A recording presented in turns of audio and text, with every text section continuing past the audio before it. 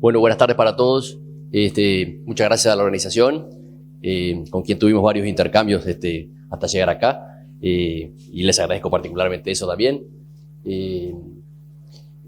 La pregunta que pusimos, que también fue una conversación, llegar hasta el título, ¿verdad?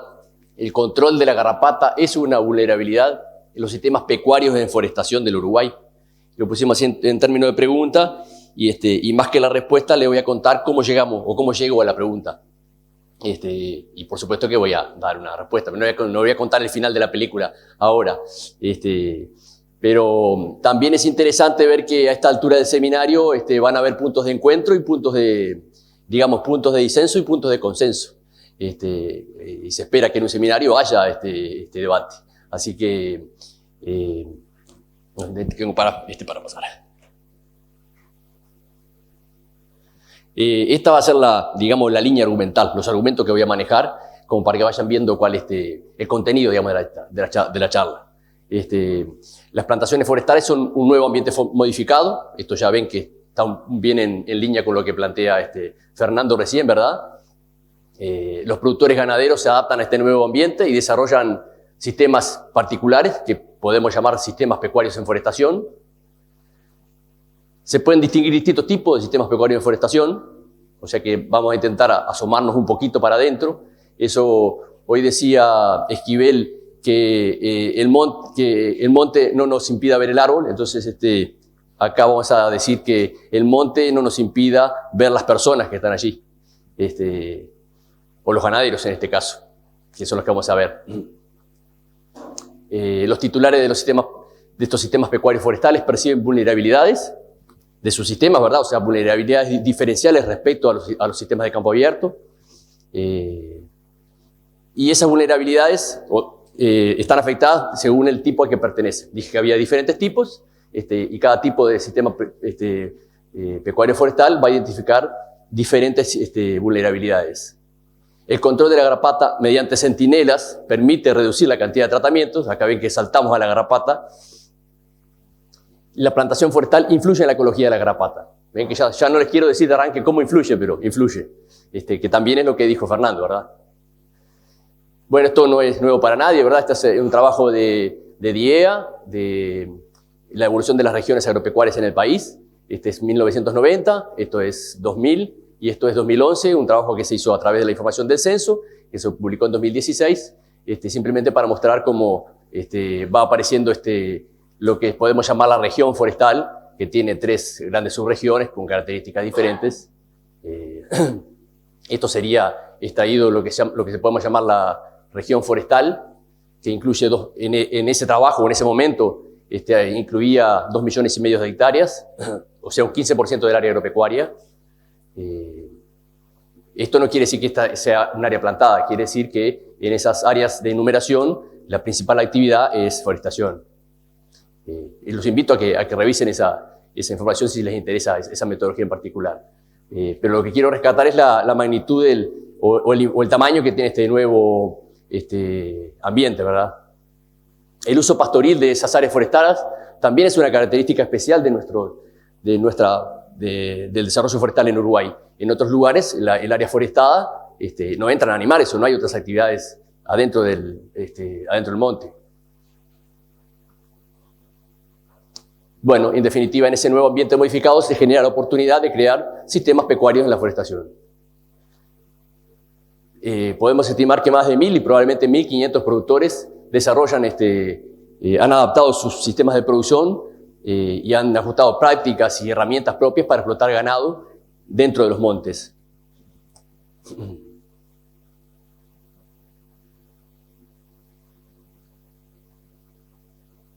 Bueno. Ya se ha planteado acá un poco la definición de sistemas silvopastoriles o de sistemas agroforestales. A todos los efectos se ha insistido en que lo importante es que haya una interacción deliberada entre el componente forestal y el componente ganadero. A los efectos, o a nuestro juicio, la discusión de si el pastoreo de las plantaciones forestales en Uruguay eso, ¿no? Un sistema silvopastoril es una discusión de tipo semántico, o sea, del uso de la palabra. A todos los efectos, hay dos sistemas que interactúan entre sí, y bueno, en definitiva, será decisión de los titulares de los sistemas o de los responsables de los sistemas la decisión volitiva de que eso sea un sistema silvopastoril o no. De hecho, este es un autor bastante reconocido en estudios de sistemas silvopastoriles, que pone esta lista de sistemas silvopastoriles, y ya ven que en el segundo lugar lo considera como un sistema silvopastoril. Pero como dije, en definitiva es una cuestión más de terminología que otra cosa.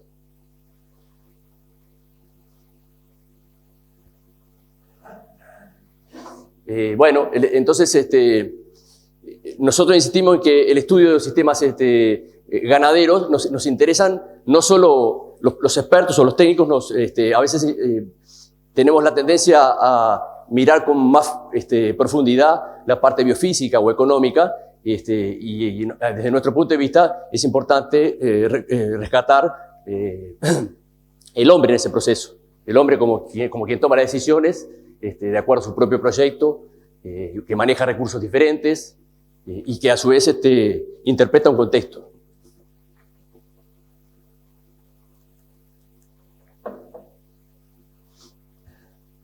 Entonces, a los efectos de comprender un poco, de mirar hacia adentro del monte y de conocer mejor los ganaderos, construimos una tipología, definimos tipos de productores, de acuerdo a quién es el dueño de la tierra y de los animales, y a su vez del aporte relativo que tiene la forestación, y de quién es el capital ganadero, el origen pecuniario del ganado. No sé, me estoy poniendo un poco nervioso, no sé. Les pido que me disculpen un poco. Bueno, entonces los tipos de ganado, los tipos de sistemas pecuarios en forestación, de acuerdo al dueño de la tierra, a quién es el dueño de la tierra y quién es el dueño de los árboles, en primer lugar, todos estos casos seguramente los van a reconocer, y algunos más que no menciono acá. Por un lado está la empresa forestal, que incorpora a la ganadería como un rubro más. Aunque son pocos los casos, existen empresas forestales de distinta magnitud que incorporan la ganadería como otro rubro más. Empresas forestales me refiero a plantaciones forestales industriales, ¿verdad? Por otro lado está la empresa ganadera, que incorpora la forestación, los tipos de fomento, los diferentes tipos de ganaderos que incluyen a la forestación como un rubro más. En estos casos, el dueño de la tierra es el mismo dueño de los árboles y del ganado. Después hay otro grupo de productores en los que el dueño de la tierra y de los árboles es uno y el dueño del ganado es otro. Estos son mucho más frecuentes, digamos así.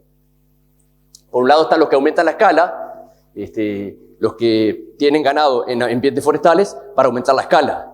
Esto puede haber de dos tipos, unos donde la principal escala, o sea, la mayor parte del ganado, está en plantaciones forestales, u otros donde en realidad hay un pequeño aumento de escala dentro de la forestación.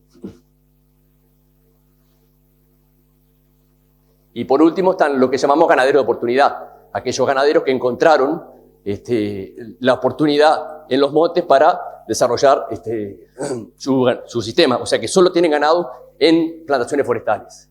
Y ahí hay algunos que son individuales, que son muy frecuentes, algunos que son sociedades de capital, o inversionistas, o incluso asociaciones de ganaderos.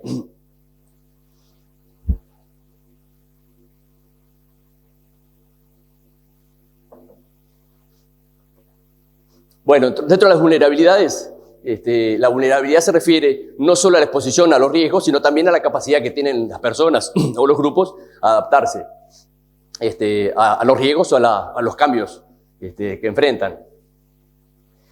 También desde el punto de vista de las vulnerabilidades es importante comprender cuáles son las vulnerabilidades que las personas o ellos, los grupos o individuos perciben, para no caer en la misma tentación de que el técnico define cuáles son las vulnerabilidades, porque en ese caso estaría influenciado por sus propios conceptos, ¿verdad? Estas son las vulnerabilidades que a través de entrevistas a productores de los tipos que definimos antes, es una lista que que extraemos analizando el discurso, ¿verdad? La sanidad de ganado, o sea que esos son aspectos que los productores ganaderos que tienen ganado en sistemas forestales entienden que son más sensibles en ese sistema que en el campo abierto. Entonces, por un lado tenemos la sanidad de ganado, la cosecha silvícola, ¿verdad? O que se refiere más bien a cómo afecta los manejos silvícolas, tanto la talarraza como la poda y el releo, al manejo del ganado.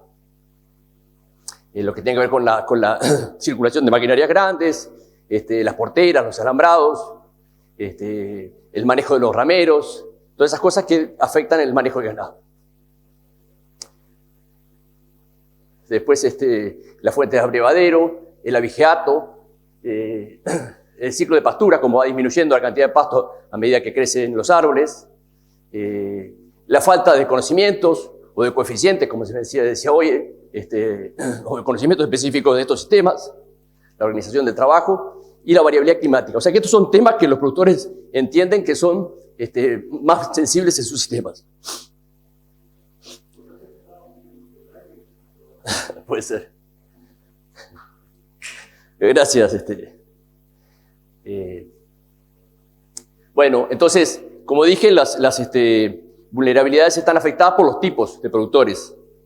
Entonces, acá arriba están marcados los tipos, ¿verdad? Forestal ganadero, el ganadero forestal, el que aumenta la escala un poco, el que aumenta la escala mucho, el ganadero de oportunidad individual, el ganadero de oportunidad colectivo y el ganadero de oportunidad que podemos llamar financiero.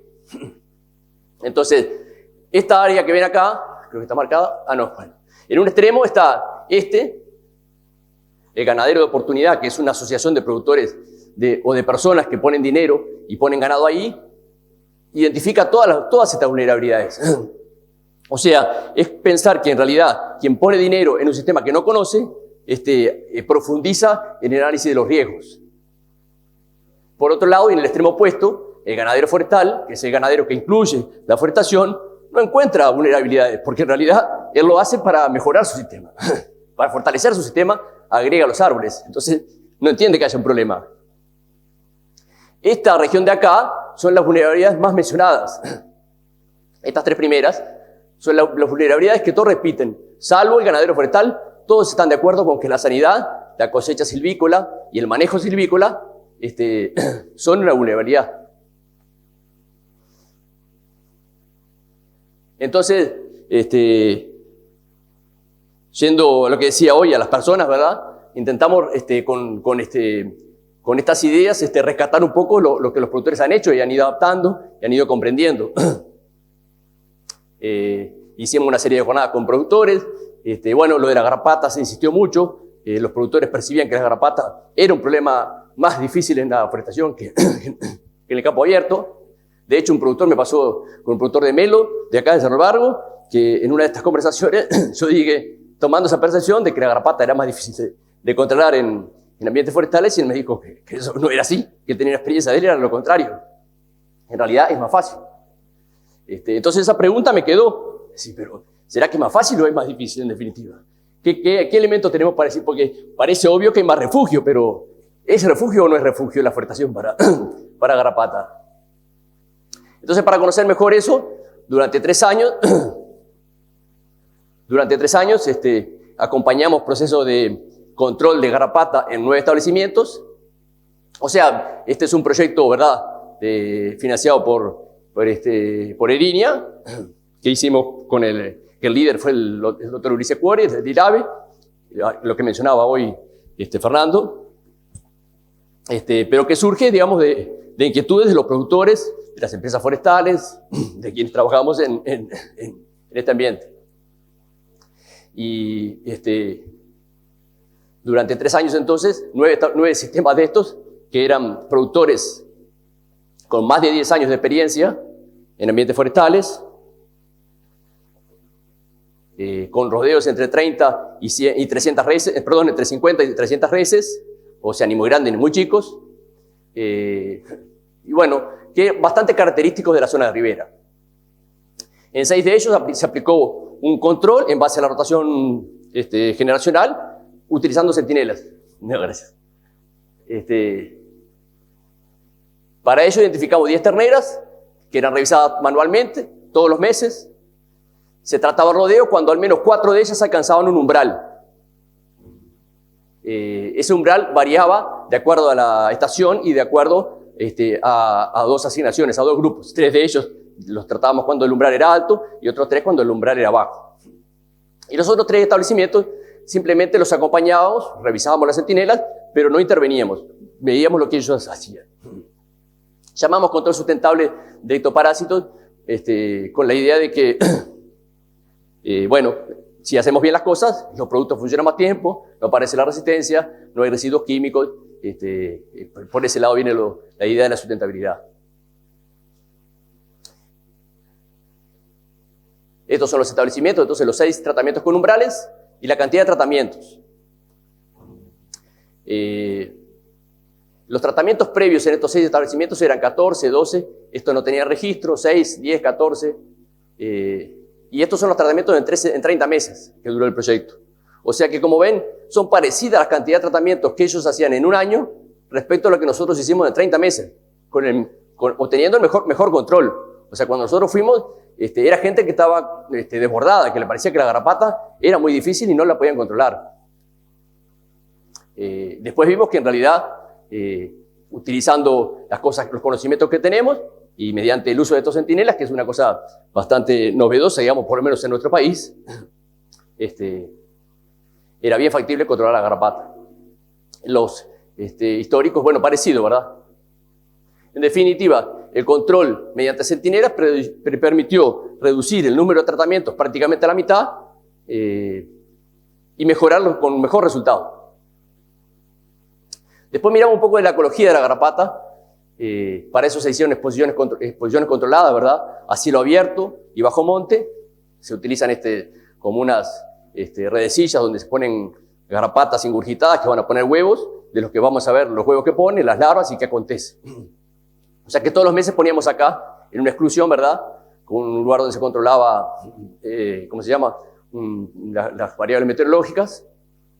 Se ponían las garrapatas y, bueno, después se controlaba. Bueno, acá es un poco difícil de ver, pero creo que con los colores da para seguirlo. La celda significa que en enero del 16, acá se hicieron exposiciones y se controlaron estas que ya estaban hechas. En febrero, el color marroncito es la exposición.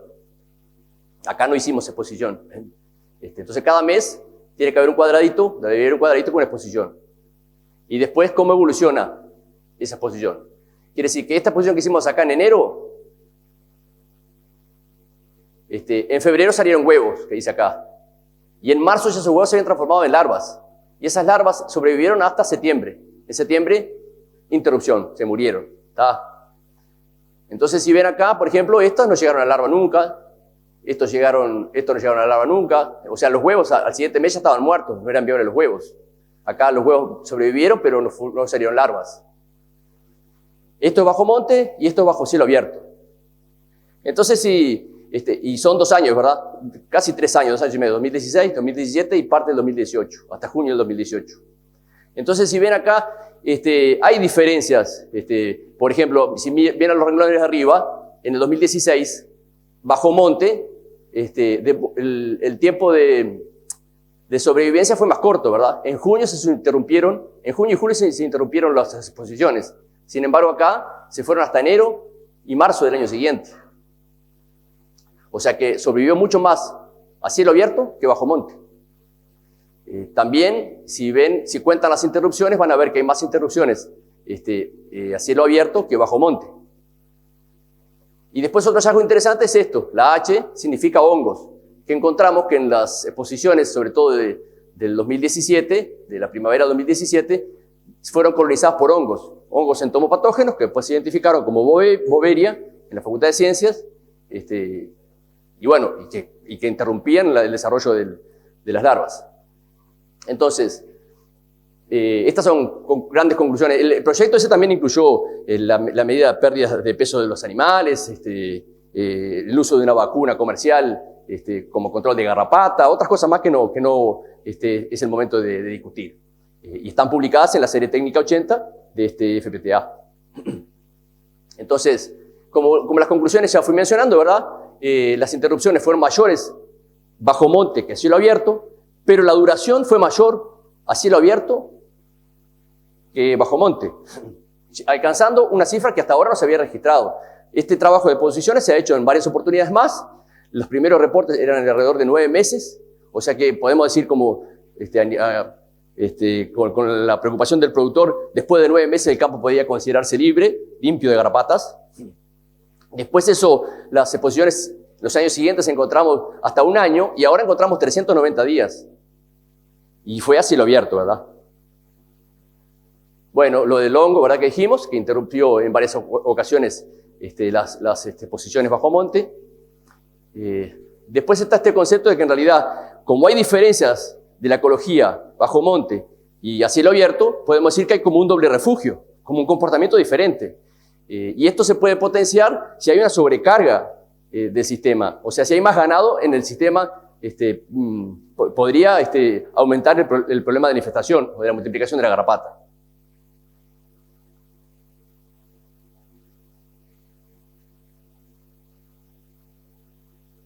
Finalmente, entonces el pastoreo en plantaciones forestales, podemos decir que constituye el sistema silvopastoril hasta ahora en el Uruguay, que incluye una variedad de situaciones que se puede representar en 7 grupos diferentes, que esos 7 grupos, o los responsables de esos 7 grupos pueden percibir vulnerabilidades diferentes.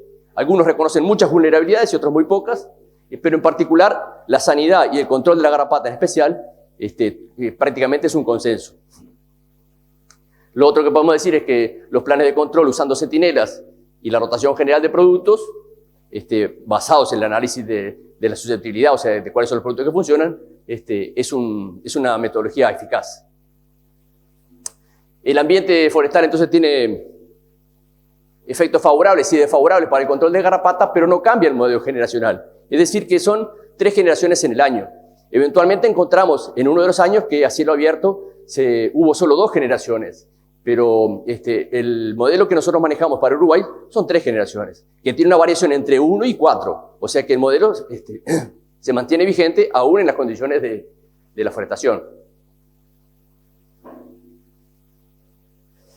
La principal dificultad en el control de garrapata, entonces, o la vulnerabilidad que mencionamos en la pregunta, se asocia más a los manejos silvícolas que afectan el correcto control de los animales. A nadie que trabaja en el tema de la garrapata escapa que el elemento fundamental en la eficacia del plan es que se traten a todos los animales. Si no controlamos bien los animales, esto puede no suceder. El control de la garrapata, entonces, como vulnerabilidad, está más asociada al manejo de los animales que a la ecología del parásito. Estoy a las órdenes, muchas gracias.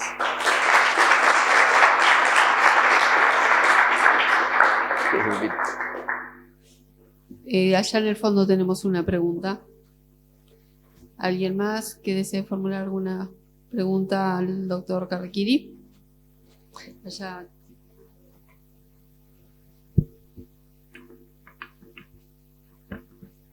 Bueno, la verdad que yo me presenté hoy de mañana, soy Fernando Núñez, de la Ruta 7 ahí, Valentín, Cerro Chato.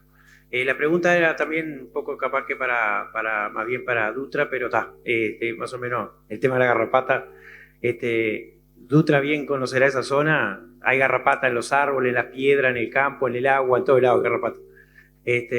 No, la duda que me queda en estas cosas es, evidentemente que también como un productor que manejo montes, evidentemente que lo que más se dificulta en la parte forestal es juntar todos los ganados y que realmente cuando se baña o se hace cualquier tratamiento de garrapata realmente se haga todo, ¿no?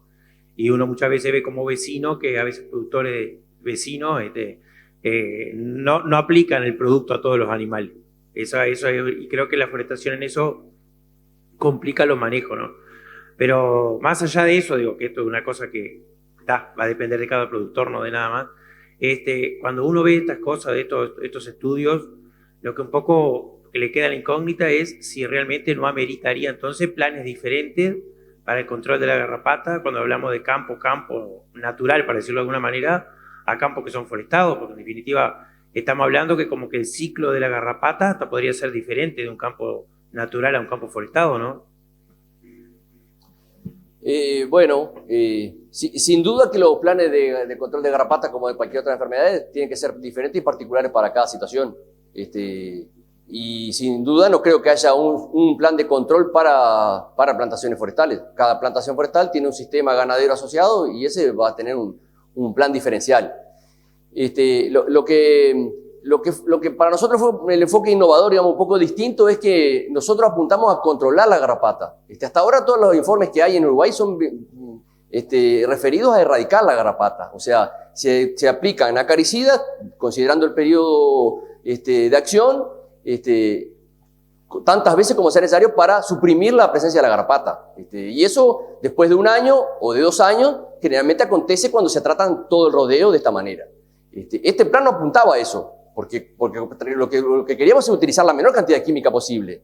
Y ahí entonces utilizamos los centinelas, que nos permiten ir monitoreando lo que pasa. La cantidad de centinelas nosotros utilizamos 10 para ese tipo de rodeo, ese tipo de productores, quién sabe, tienen que ser más o de otra manera. Pero la metodología se puede ajustar y me parece que es importante, porque simplemente requiere encerrar los animales una vez por mes, esos animales, y de acuerdo a lo que encontramos ahí, revisar significa encerrarlos y tocarlos, ¿verdad? No mirar de lejos, por supuesto. Lo que nosotros miramos desde el punto de vista de la ecología de la garrapata es que si bien hay cambios, no implican un riesgo mayor de la garrapata. O sea, no quiere decir que no hay más generaciones de garrapata dentro de la forestación, el ciclo no necesariamente es mayor. Hay diferencias, nos faltan más estudios, es un estudio con 2 sitios, o sea, tampoco podemos concluir lo que pasa en toda la forestación.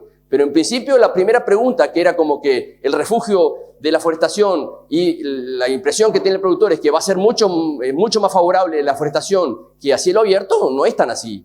Es un poco diferente, pero no es tan evidente de que en realidad ahí la garrapata tiene su guarida, y bueno, es más difícil de combatir por eso. Es más difícil de combatir por el manejo, no tanto por la ecología. Sí. Por ejemplo, el tema que bajo la forestación, no sé, no hela tanto como hela fuera del campo, que eso pueda hacer el desarrollo de la larva diferente, por ejemplo. No te entendí, a ver, decime de vuelta. Es decir, si tú tomas la temperatura durante el invierno, sí. en invierno bajo la forestación es Perfecto. mucho mayor, por decirlo de alguna forma, que en el campo. Sí, correcto. Y eso no incide también. Bueno, es que derivada de esa percepción y de esa lógica de razonamiento, nosotros quisimos mirarla un poquito más de cerca y la pusimos allí y no pasó eso. O sea, la temperatura es más que ya sabemos que son diferentes y amortiguadas bajo el dosel de árboles, es más favorable para la garrapata, pero también es más favorable para algunos de sus enemigos, como los hongos. Entonces no es tan evidente de que en realidad la infestación es mayor allí.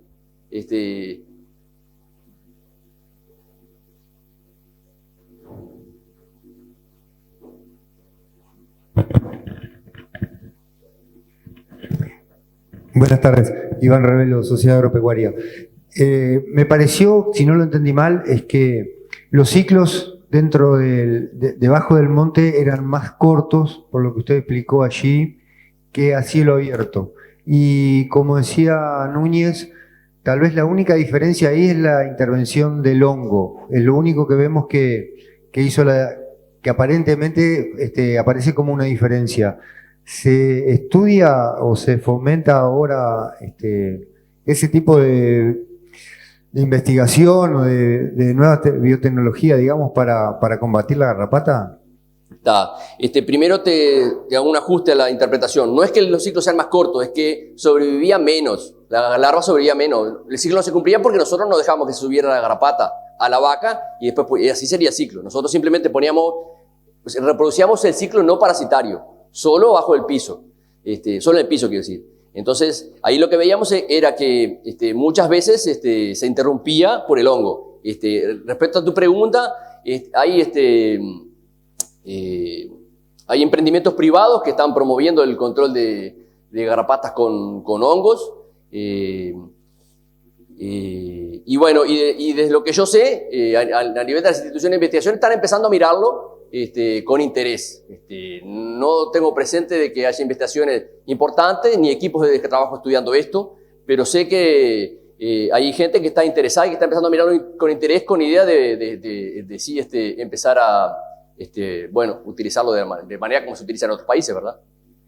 O sea, el control con hongos es conocido en muchos lugares, desde Cuba hasta casi toda Latinoamérica es muy utilizado. A medida que bajamos hacia el sur en Latinoamérica, como que se utiliza menos los hongos, pero es un método de control reconocido, ¿verdad? Y con mucha historia, con muchos antecedentes. Bien, agradecemos al doctor Carriquiri